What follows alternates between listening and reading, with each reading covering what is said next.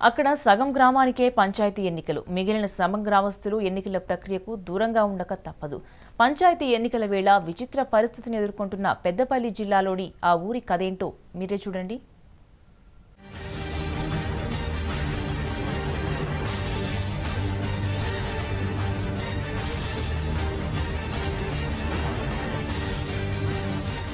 ఇదిగో మీరు చూస్తున్న ఈ ఊరు పేరు గొల్లపల్లి.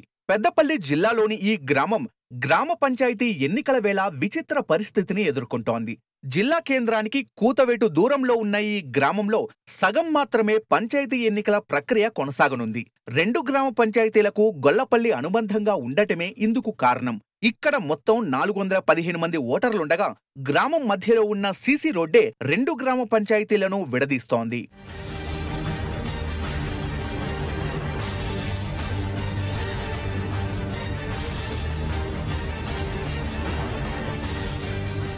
గొల్లపల్లి గ్రామంలో రోడ్డుకు ఉత్తరం వైపున రాఘవాపూర్ పంచాయతీ ఉండగా దక్షిణం వైపున బంధంపల్లి పంచాయతీ పరిధిలో ఉంది.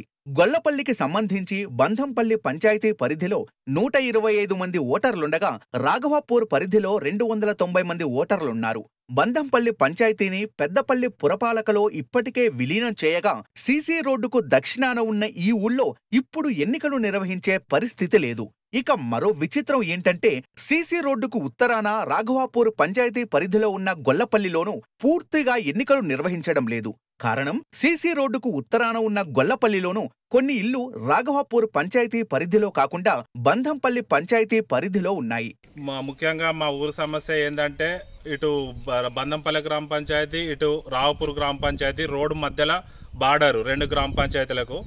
మా ఊళ్ళో ఏదైనా రేషన్ బియ్యం అయినా ఇటు మిషన్ భగీరథ అయినా వాటర్ అయినా ఏదైనా కూడా అటు పైప్ లైను ఏమైనా ఖరాబ్ అయితే వాళ్ళని అడుగురు అంటారు, ఇటు అంటారు. సీట్ లైట్లకైనా దేనికైనా ప్రాబ్లమే.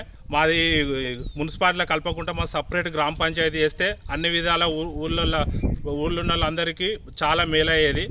మొత్తం మీద గ్రామ పంచాయతీ ఎన్నికలతో అన్ని గ్రామాల్లో సందడి నెలకొంటే పెద్దపల్లి జిల్లా గొల్లపల్లిలో మాత్రం ఉత్తరం వైపు సందడి, దక్షిణం వైపు చడీ చప్పుడు లేని విచిత్రమైన పరిస్థితి కనిపిస్తోంది.